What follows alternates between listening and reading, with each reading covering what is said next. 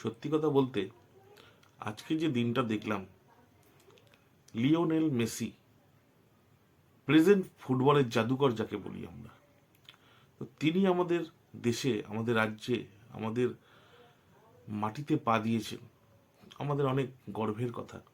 কিন্তু সে আসলো আর আমরা তাকে দেখতে পারলাম না। এটা আরো বাজে কথা, আরো খারাপ কথা।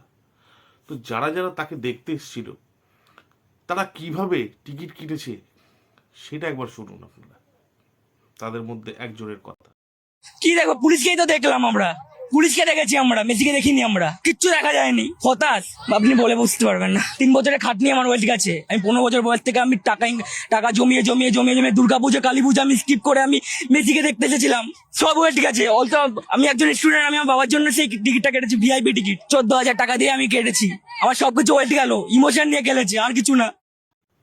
আপনারা তাহলে একবার ভাবুন যে যারা ফুটবলকে এত ভালোবাসে, এই কিংবদন্তি আমাদের প্লেয়ার, একটা ভগবান তুল্য যাকে বলা হয়, তাকে যে যারা এত ভালোবাসে, তো তার একবার ঝলক পর্যন্ত দেখতে পারলো না।